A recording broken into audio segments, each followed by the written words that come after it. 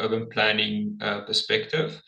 But also, and then as is the nature with research, what starts out as a quite small idea, when you start working at it and unpacking it, it tends to grow, you know, and then at some point you also have to contain it. So I did go through that little process as well.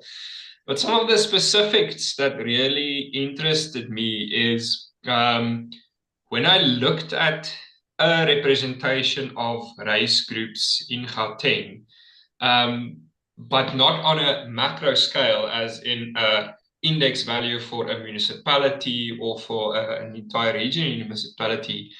I saw very interesting patterns where two very distinct groups will be clustered next to each other at a very micro scale. And that's really where I really became interested in a particular example. In this instance, it's in the research reports as well, but it's in the Rand Park Ridge and Windsor area of Johannesburg, where you see at a very, very local level, you see a very particular pattern of segregation, both from a race and a class perspective. And then I just really felt like if you're looking at other segregation research, not a lot of it delves into the micro scale and the spatial perspective. So I wanted to address that little gap as well. Then another area is that a lot of segregation research tends to speak about change in what's called former white-only areas. But I feel that we need a slight shift away from that thinking and away from that language, because the idea of former white-only areas is so old, right? So the question really is, how do you then define a former white-only area if it developed after 1990 or 1994, right? And if you're looking at former white-only areas, are you not then kind of excluding, you know, the newer parts of the city region? So are you not limiting your perspective? And again, going through this research process, I'm then asking myself, okay, what has the contribution of new residential areas been to race and class diversity, specifically in Gauteng? And then finally, for me, in my broader research, a key concern for me and for my segregation research is the issue that opportunities are not distributed evenly in urban space. And segregation and inequalities are ways in which we can understand that, but then looking at it from a very micro scale spatial perspective is just, it's an important passion for me. What I find very fascinating about your research is your scale, because so much of discourse around diversity tends to be these very broad brushstrokes, which always loses that nuance. So I find it very fascinating, especially when you add in your time component to it, because it's not just a slice in time comparing two epochs. You are trying to create this timescape almost with the spatial component, which I find very fascinating. Well, it also speaks to my background as well in GIS, so it makes me very happy to see this. So what I'd like to ask next then is, given how broad this topic is and the way you've defined it, how have you structured your research questions around this topic? Because it is so vast, and even when you bring it down to a micro scale, there's still a lot to unpack there. Yes. Yeah, so it's not easy to do that because there's always more that one wants to do. But essentially, this specific research report focused on 3 points of inquiry with regard to racial residential segregation and socioeconomic sorting. So the first inquiry was, what is the relationship between racial diversity and residential expansion between 1990 and 2020? And a little bit later on, we can talk about how I arrived at those dates and how I worked that out. But essentially, you know, this comes from the idea that I want to understand, if something is newly added, what is that impact? Okay. And if you're coming from a thinking about apartheid, post-apartheid. In the post-apartheid era, where there's no restrictions, new residential areas, they're a blank canvas for shaping whatever we want, right? So how has that blank canvas then been used? That's really a core interest, and then I'm distilling it down to that question about the relationship between diversity and expansion. I also had a second inquiry, which analyzed the extent to which racial mixing contributes to class mixing and income equality in desegregated neighborhoods. So basically saying, if there's a lot of diversity in a particular area, so on a racial front or a racial perspective, it looks pretty great. But what does income among the race groups then look? So does the two go hand in hand, or is there still another like subverted deeper level of separation that exists? And then thirdly, in the research report, you encounter this basically as a set of case studies that I unpack in a little bit more detail. But the third inquiry looks at the patterns of microscale socioeconomic sorting in desegregated neighborhoods, and then especially how it's associated to the housing characteristics. Because from literature and from experience, we know that the housing market plays a very big role, and I then start to unpack this a little bit. So that's the kind of touch points that I chose to focus on in this research. Oh, cool. So in the report, one of the findings that came out is that areas of urban expansion, they tend to reproduce racial diversity of the areas that they expanded from. And one of the findings from the report is that racial diversity is actually lower today than it was in 1990, which doesn't really make sense, or it's not what we would expect, I should say, rather. So how did you manage to unpack this, and what are your thoughts around how this came to be based on your research questions? Yes, exactly. So while I'm talking, I'm going to share one of the main maps out of the publication, so that the audience can have a look at that. I hope you're seeing my screen. So let me just first explain how I approach this analysis. Okay, so the question is, how does racial diversity relate to residential expansion? Okay, so first off, I needed land cover data. So, and that's, we were able to, we have that, and we were able to identify areas in Gauteng that was considered residential in 1990 and residential in 2020. And then obviously the difference between the two is whatever is expanded over time. And then at the same level, and this is all in hexagon level, so which is a bit technical, but it essentially means it's a very small block, about 400 by 400 meters wide, which tells us what's going on in that little block. So it's a very micro scale of analysis. And then for each of these shapes, hexagon shapes, we added population estimates, which allows us to calculate diversity for that hexagon.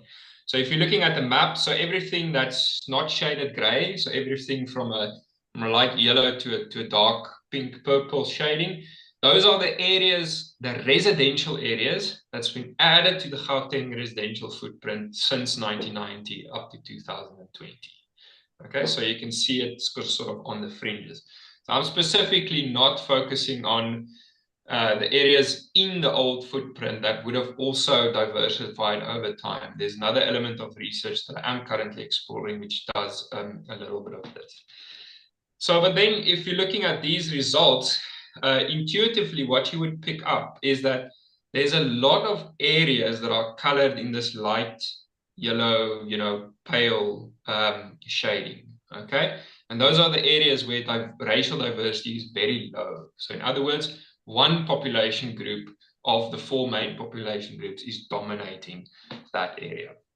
So the residential areas in 1990 mathematically had about a 40% of the maximum possible racial diversity that areas can have, while those areas added since 1990 only had 20% of the maximum possible racial diversity.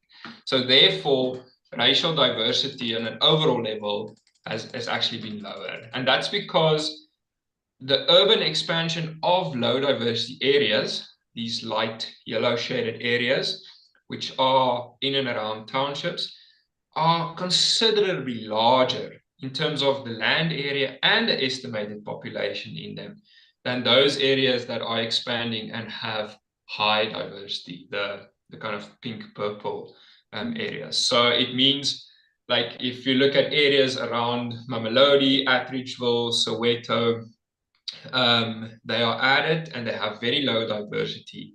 And because they're so large and dense, much larger than suburban areas, it actually, as an aggregate, then weighs more effectively, and it pulls down the overall diversity of the region.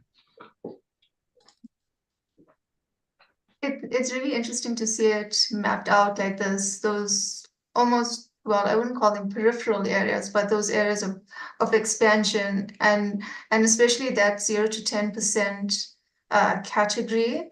And it's quite spread out across the province as well, which is very interesting to see. So a follow-on to this would be, are there any exceptions to this reproduction of racial diversity? Are they, like, can you point out any positive impacts that you saw during your analysis? Yes, definitely. So what the research points to is that there is a substantial continuation of past patterns, right, as we just spoke about. But there's also but there is exceptions, okay? And these exceptions become much clearer, especially when you go down into the micro scale. So in particular, public housing programs, inclusionary housing policies hold significant potential for desegregation. And in some instances, these developments break the patterns of the past, and they create unique opportunities for integration. So on the next image that I'm showing from the research report is zooming into the area where Cosmos City was developed, around about the year 2000, 2010 onwards. Another example in the research report that I discuss is Vleerhof, but let's focus on this one for now. So here, the location of the development is able to break some of the past patterns of residential segregation, because you have the expanding northern suburbs of Johannesburg, and then which has higher racial diversity, and then Cosmos City, which has lower racial diversity. And they're essentially, by locating Cosmos City where it is, it's in that path of expansion. So one can possibly expect in the future to see that higher racial diversity growing closer and closer, and then eventually at different geographic scales, it will actually increase overall diversity if development and appropriate opportunities, appropriate mixes of housing affordability is driven into that type of areas. So therefore, new housing developments, in this case public but also private, has the potential to reshape patterns and create integration on this urban frontier. There's obviously opportunities to do the same within the urban core, not just on the frontier, but like we said, I'm specifically focusing here on expansion, but only if they are strategically located and designed to include housing opportunities for a variety of income groups. That's where the socioeconomic sorting and class segregation component also comes in, which we might talk about. It also speaks to your earlier point that you made around the value that housing markets play in the reproduction of space as well, and how it's important to have this kind of mixing in order to see the Gauteng that we aim to see. And in terms of the patterns that you've been unpacking and highlighting in this report, what's the main challenge that you would consider that lies within all of these different patterns, and how do you identify and unpack them so that they aren't misinterpreted? Yes. So the main challenge, if even if I just go back to the first map, the main challenge here is that there's a very distinct spatial separation between new residential areas with low and high diversity. You'll see that the dark pink purple shaded areas and the light yellow shaded areas, they're really not in the same realm of urban expansion, right? So that you notice this on this provincial scale. But if I go to another illustration, an example from the research report, this is the area around Greenstone Hill and the far east bank of Alexandra. Both areas expanded. The far east bank between 1990 and 2000, more or less, and then Greenstone Hill slightly more recently in the early 2000s. So the spatial separation on a provincial scale means that these areas are growing in opposite directions, but it also means that they tend to remain quite separate. So the challenge here, as your question asks, is that to the extent that urban opportunities are confined in space, it means that the same groups as in the past remain excluded from some of the opportunities in the cities. So if we look at this particular example, we have private housing expansion. So it's the same in that instance, but on opposite ends of the affordability and income spectrum. Okay. They're expanding off the old residential footprint, growing pretty much almost next to each other. They're coming to within a few kilometers of each other, but they remain separate.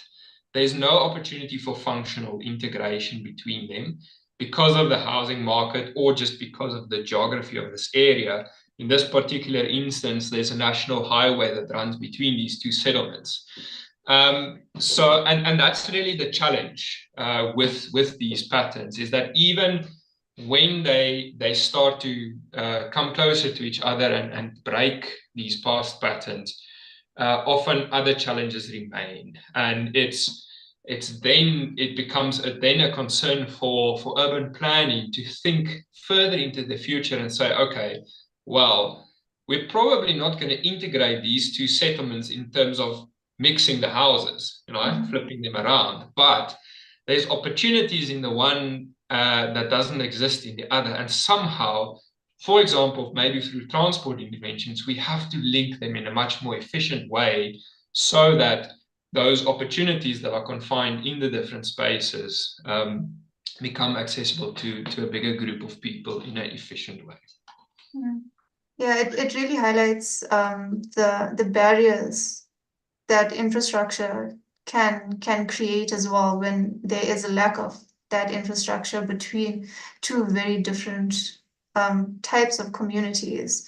And I think what I also found very interesting here is that it kind of brings to the fore that there's diversity is very difficult to unpack and to identify as one specific thing. There's so much of nuance to it. And with that, I'd just like to take a quick pause here and see if there's any questions from the audience at the moment.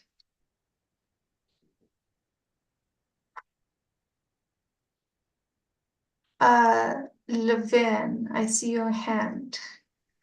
You can unmute. Thanks a lot, Georgina. Great job, Christian, on your reports. Excuse me.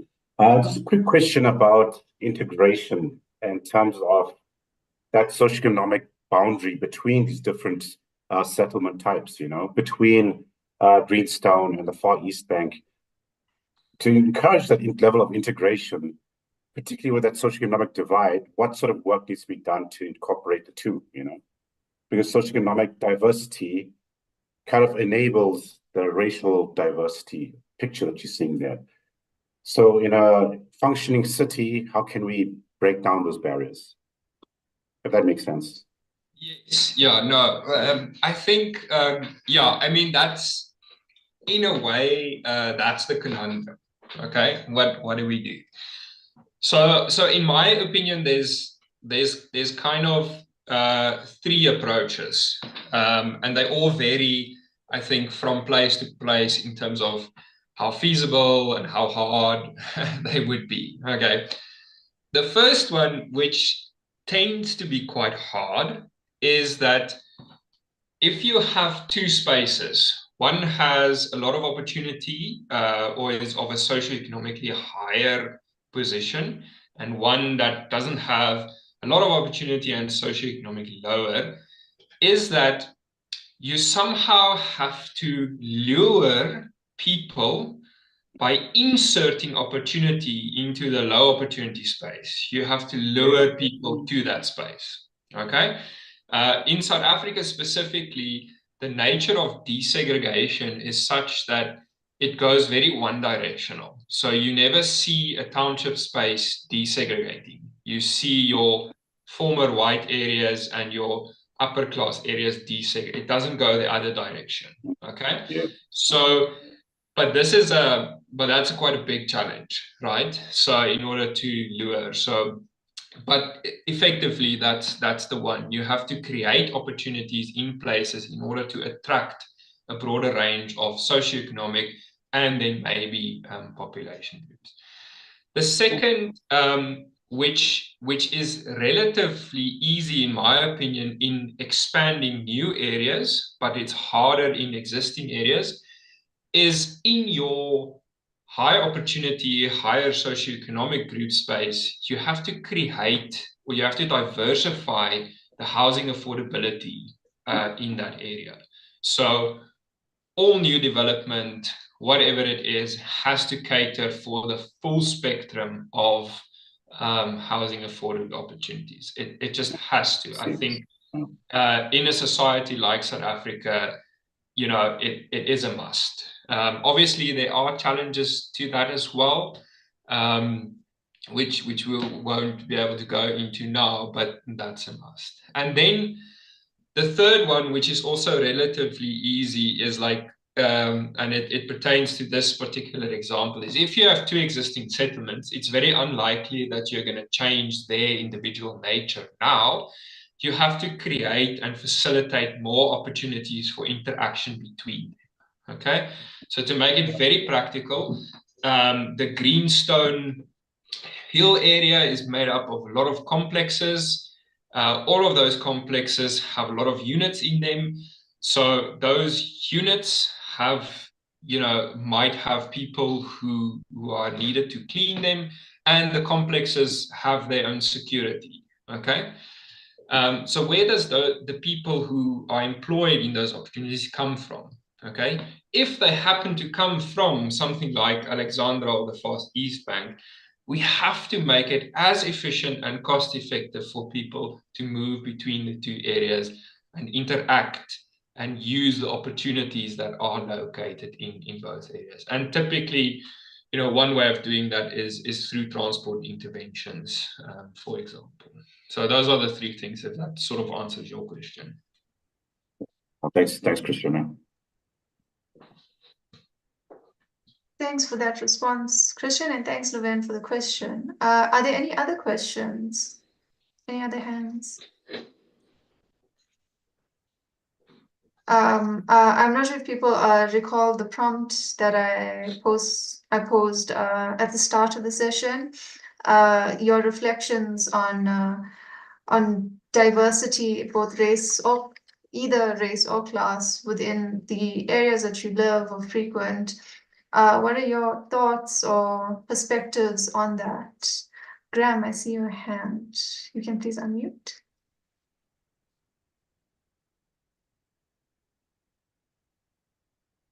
Graham, you can ask your question, Graham.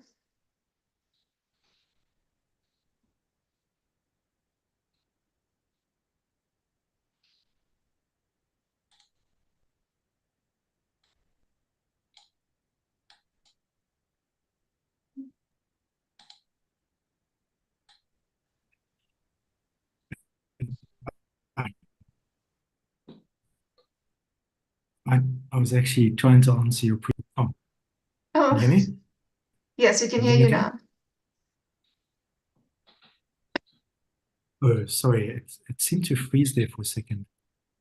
Oh, Melinda's unmuted, although I was already unmuted. Christian, I just wanted to, maybe this is an unfair question, but I just wondered whether you've looked at similar research in an international context. I've just done a little bit of work comparing the cities of Chicago and Toronto, and there recently questions of race in space have loomed very large coming out of COVID.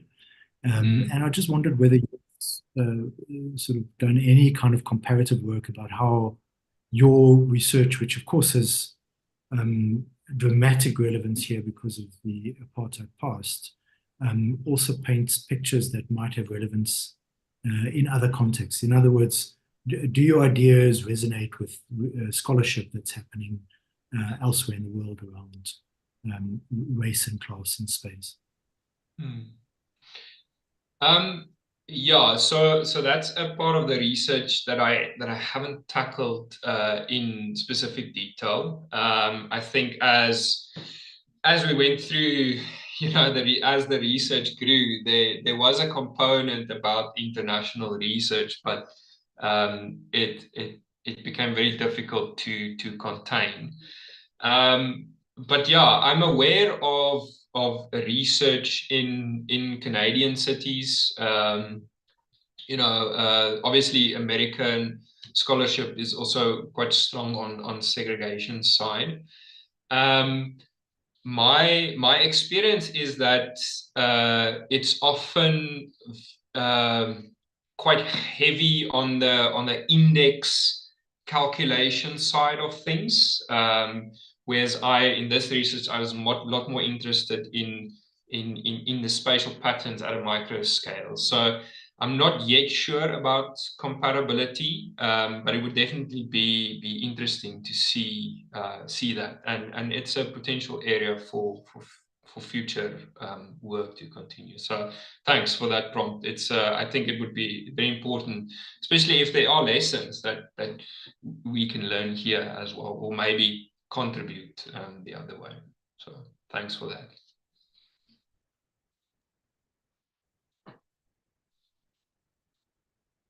Graham, would you like to add anything else to that? No, so I was just lowering my hand. Thanks, Yash. Okay, cool. Lebogang, I can see your hand is up. Please unmute. So thanks, Yash. I just wanted to reflect on your prompt. So my experience, I think I've seen a bit of both the racial diversity, caste diversity. So growing up in Soweto, definitely very low racial diversity, is predominantly black. And of course, now having moved out of home and living in the neighborhood, Johannesburg North, much more diverse. Just coming to, and I'm not sure yet about the class thing. I haven't made much observations of that, but what is apparent is, and this is a recent conversation we had at home, now with us experiencing reduction, as they call it, after we've had 4 months of no load shedding, is, the response to services and the like in townships is a lot slower. So I was just telling my friends, like, we haven't had power now for a couple of days or whatever, but their first reaction is, oh no, but don't worry, you live in a predominantly white area, so you're going to be fine. Versus if the perception is, of course, if it's in the township, this thing can go on for weeks, if not months, for you to get a certain level of service. So the race, to an extent, definitely plays a role, I think, in how the quality of life and services in at least one experiences. And my question has always been that, we have this agenda that we want to perhaps move people out of low income areas, let's say former townships, and come up to suburbs or areas that are well serviced. But I think what Tristan, you were talking about earlier about creating opportunities is that somewhere along the line that program, I feel, has not been tended to. If we really want to see transformation, racial equality, and class equality, then simple thing like how we deal with basic service delivery and all of that in different areas of different incomes. If we can start to get that right, perhaps then, the racial mixing might be a thing of the past. I don't know. This is just me thinking out loud, but yeah, that's my experience, Ish. Thanks.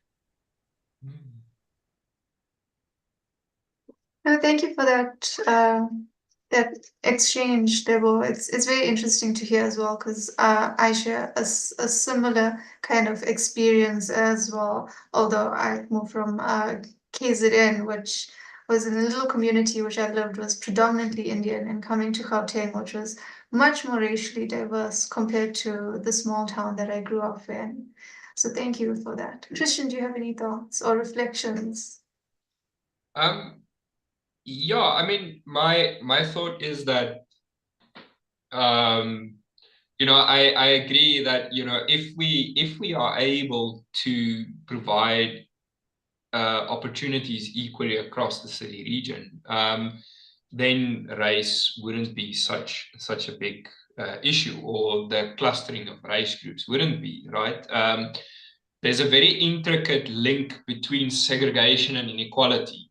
And in a way, segregation causes inequality, but in a way, inequality also causes segregation. So, there's arguments for saying, well, let's just solve poverty and inequality, and then none of the other stuff will matter, right? And that is also a valid point. But in your journey to get there as an entire society, so if you think about a society, however big it is, even if you take a group of 10 friends, in that group, two people, two, three people will be very sporty, two, three people will be very academic, and three, four people will be very creative and culturally, right? And as you move through life, if those three groups just stick to themselves, so like the sport guys just play soccer all day, and the creatives just paint, and the academics just read, and they don't interact, then each of those groups is going to come to a point where they face a challenge, and because they're isolated, they're not going to be able to overcome that challenge. Okay, they would have to draw actually on the others. But now, in bringing it back to the segregation side, so you actually want different groups of people who have different strengths in whatever areas to be more mixed, so that they can draw on each other and make a collectively a better community, because they can exchange skills much easier, as opposed to when someone lives 30 k's from someone else, on quite opposite ends of. So in a way, if you start boiling the impact of segregation down, it almost comes to that point. So it's not about saying we need, in each area, however you define that area, we need 25% of each population group. But we need segregation impacts how opportunities, and then something like services is accessed and distributed. And that further impacts on improving people's social mobility as well. Exactly. Yes. Ibrahim, I can see your hand is up. Thank you, Yashina, and thanks, Christian, for the paper. I mean, your work is like at a scale where you want to get all the nuances, and maybe I'm trying to summarize it in my head, like what is like the take home point, and I want to run this by you and maybe just get your opinion on it. It's like middle class areas are deracializing much more quickly, but working class areas are predominantly still single race and predominantly African. And so, I mean, it might just be, I mean, is that like a reasonable summation of your work? And I understand the nuances in that, but yeah, I just want to get your reaction to that.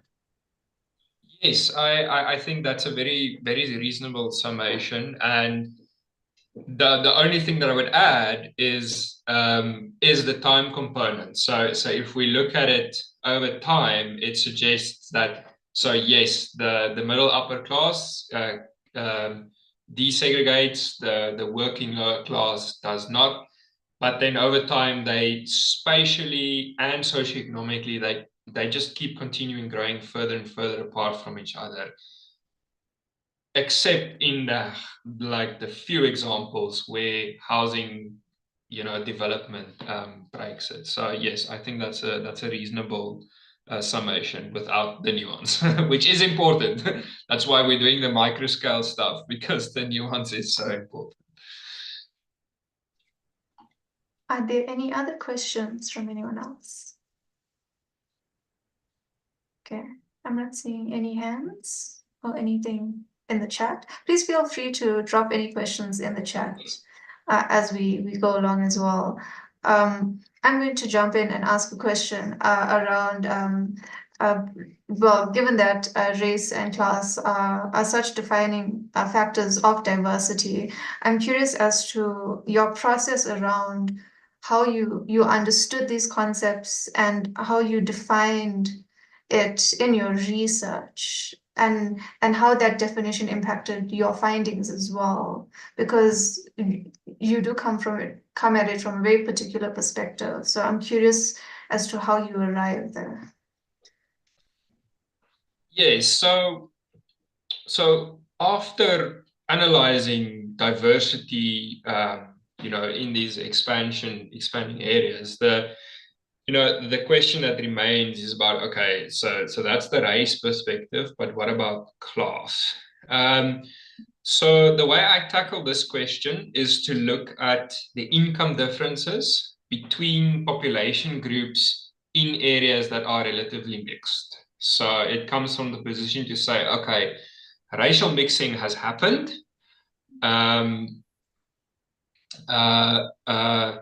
Racial mixing has happened, but then did it have any effect on how class looks in this area? So I drew on GCRO's quality of life research and so forth to identify the areas in Gauteng where there's more or less equal proportions of Black African and white residents in that area. And it's been like that for a while. And then I compared the mean income of the two groups in that area. So it's fairly basic, but it then starts to give a picture of racial mixing and class mixing. It also reduces the scale in a way, because now I'm only looking at a sub-selection of wards in Gauteng. Wards are much bigger than hexagons, but the data availability means that I have to look at it in that scale. But it also breaks the scale, because now you can then see these kind of being pulled out as specific.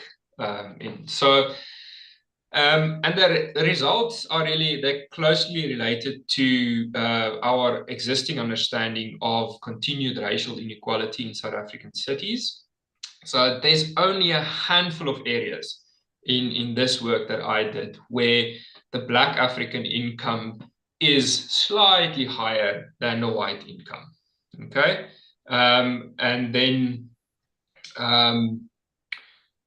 But then on the other side, there's still a lot of areas where the household income of white residents are higher, and to some extent much higher, 5, 10 plus times higher than the household incomes of Black Africans in that same area. Okay, so it just suggests that some areas, although there's a mix of groups living there, some of them are still separated in a substantial way in terms of socioeconomic status. And it is due to the nature of how the settlement's constructed. So it could be that there's the diversity comes from very high-end gated estate, lifestyle estate, golf estate, where, you know, predominantly one group lives in, and then just on the outside, there's an informal settlement with another group in them, which is, so there's a very rich, very poor, and we see that dynamic. So that's on a, that's on a subset of wards. And then, so this means that even though different race groups live in the same area, it does not make them equal. Okay, and it suggests that there's many other factors that influence the income distribution, you know, such as housing, for example. I'm curious in terms of your definition around, or not your definition, but the way you represent class through income, which is a very good indicator of it. I was wondering if there's any other dimensions that you could consider to add more nuance to understanding this class mixing as well, particularly if you are to look at it over time and how that's shifted over time.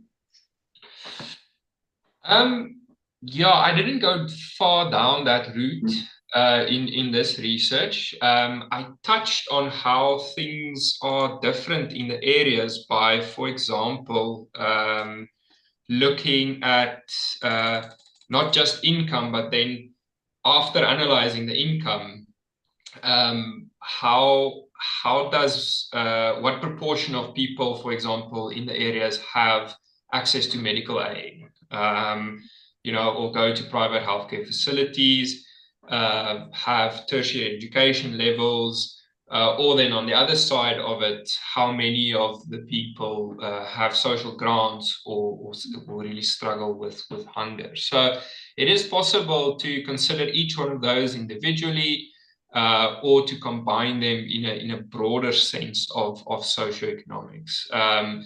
I guess for me, just to keep it fairly simple and focus on the spatial patterns, you know, I went with income, but those ones, you can either include them in the first instance if the data is available, or you can add them later on, you know, to start developing a little bit more nuance to say that, okay, there's an income difference, but maybe most of the people, you know, still have, you know, fairly high levels of education, which then starts to say, okay, well, it's a job opportunity problem. You know, like qualified people just are not getting jobs that pay reasonable incomes. You know. Thank you for that. So the next question that I have for you is related to racial diversity, because one of your research questions is around this aspect of it. So can you expand on some of the factors that have come out in your research that influence racial diversity in Gauteng? Yes, so one of the biggest factors that clearly stood out for me was the influence of the housing market. And you really see this when you start going down into the details. So for example, in parts of Johannesburg and Pretoria, it's where diversity has increased over time. It's very clearly related to various types of cluster housing, medium density complexes. So these types of developments, they just create more opportunities in the areas, and they tend to be slightly more affordable. But we also see cases where smaller and more affordable housing options desegregate quickly, while the larger and more expensive properties do not desegregate. So that's quite important. And often they're located very close to each other. And again, then it becomes a matter of, okay, how do you create opportunities for social and functional integration, even though people live in very different parts. Another way of looking at, which I've been doing after, you know, the race class distribution, is not to look at just one subset of wards, but to look at it at a provincial scale. And I'm sharing a map that I'm unpacking a little bit more. But basically, what you'll find in these areas, or in this map, on the one instance, you have areas where there's low racial diversity and low income. And again, you see those around townships. They're quite expansive. And on the opposite edge of the spectrum, you have higher racial diversity and higher income.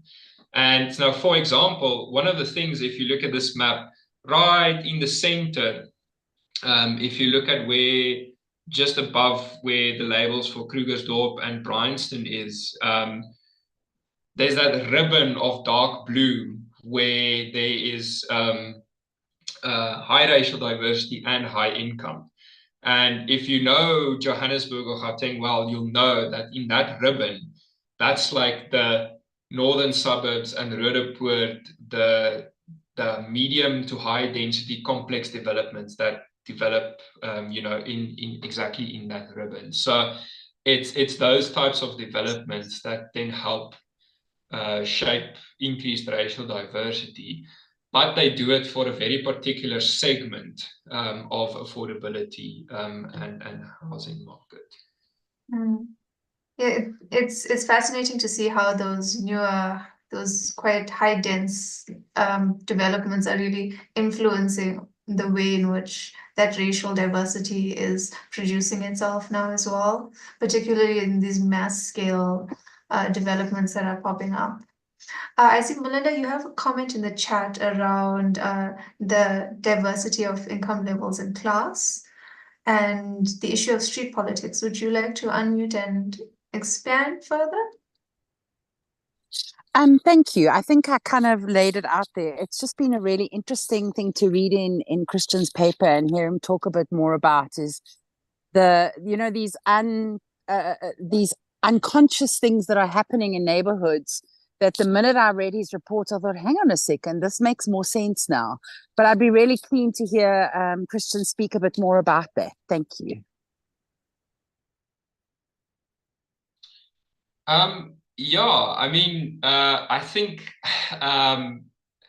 that's a very interesting provocation, actually, and I don't think I've thought enough about it. But it's very true, like, because as soon as you have class integration, if the one part of the population that's now integrated with another part in the same area wants something that the other part cannot afford, you get into a situation where at a household level, people are going to have to agree on cross-subsidizing each other, right?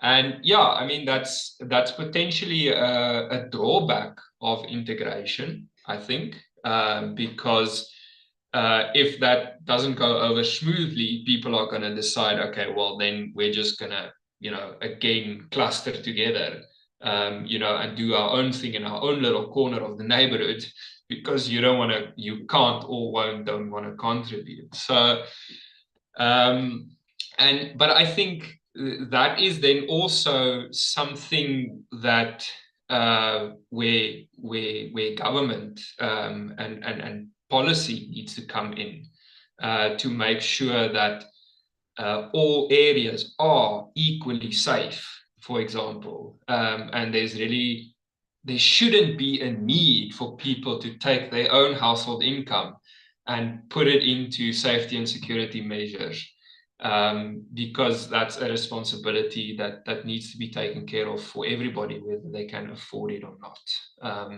But that's a very interesting provocation. Thanks for that. Okay, I see a comment from Rashid saying, thanking you for the interesting Cheers, Rashid. conversation. Okay, I see we have very few minutes left, so I'm going to squeeze in one last question around. So I'm curious as to what you consider to be the main policy implications of this research that you're doing, and how can this work be used by government? How can they actionably use some of these implications to actually further their policy, not just development, but interventions as well. Yeah, I mean, I guess that's the crux of all of our research, right? Okay, so it's interesting, but now what do we do with it?